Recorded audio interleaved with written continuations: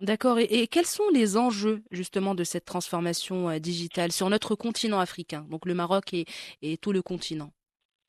Finalement, les enjeux de la transformation digitale sont colossaux aujourd'hui parce que ça touche effectivement à tout un panel de la vie, que ce soit aussi bien de la vie privée, de la vie professionnelle, de l'interaction entre les êtres humains, entre moi avec l'autre, qui fait que les enjeux sont vraiment très très très importants et très colossaux.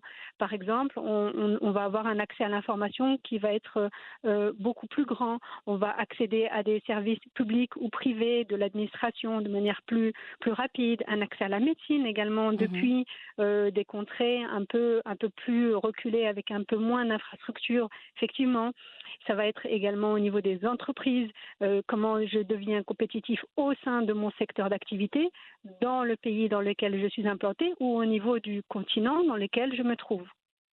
Ça n'épargne aucun secteur en quelque sorte. Exactement, ça touche tous les secteurs d'activité et tous les secteurs de la vie humaine finalement. Et quelle est d'après vous la meilleure façon de réussir et mieux accompagner cette digitalisation? Finalement, il y a plusieurs éléments. Réussir, accompagner cette digitalisation, évidemment, la première chose, c'est de s'y mettre. Mhm. C'est-à-dire de s'y mettre petit à petit, avec des petites actions. Et pour ceux et celles qui n'ont pas encore de stratégie, s'y mettre petit à petit, qu'on soit une petite ou une moyenne entreprise, en tout cas s'y intéresser, mettre en place des choses. Ça peut passer par l'automatisation, ça peut passer par des petits éléments qui vont petit à petit nous amener à prendre conscience et à mener une vraie stratégie de fond. Le deuxième point sur lequel j'aimerais revenir, c'est la formation. Bien Mhm. évidemment, former des personnes, former tout un pan de la société qui va permettre à tous les acteurs, parce que tous les acteurs aujourd'hui sont engagés et vont être engagés dans cette digitalisation, donc la formation est un atout majeur et indispensable pour accompagner cette digitalisation. Et le troisième point, c'est bien sûr le recrutement. Une fois Mhm. qu'on a formé, comment on recrute? Est-ce qu'aujourd'hui, on a une guerre des talents qui ne s'opère pas au niveau que marocain ou africain? Non, c'est une guerre des talents internationale, mondiale. Donc aujourd'hui, aller capter ces talents, les garder, les fidéliser, c'est tout un enjeu pour cette digitalisation.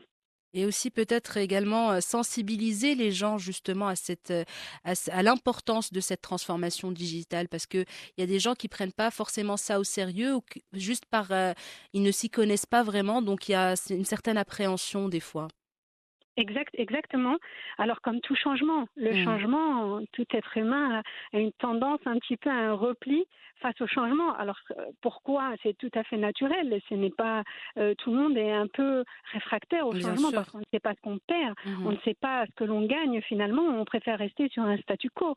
Et là, vous avez raison, c'est sensibiliser aussi bien Monsieur et Madame tout le monde Mhm. dont je fais partie que les grandes entreprises et c'est-à-dire accompagner au travers des webinaires, au travers de salons, au travers de conférences, au travers privés, publics, mettre la main dans la main ensemble avec tous les acteurs, les associations, tous les différents acteurs d'une société finalement, pour amener les gens à changer leur regard face au changement finalement.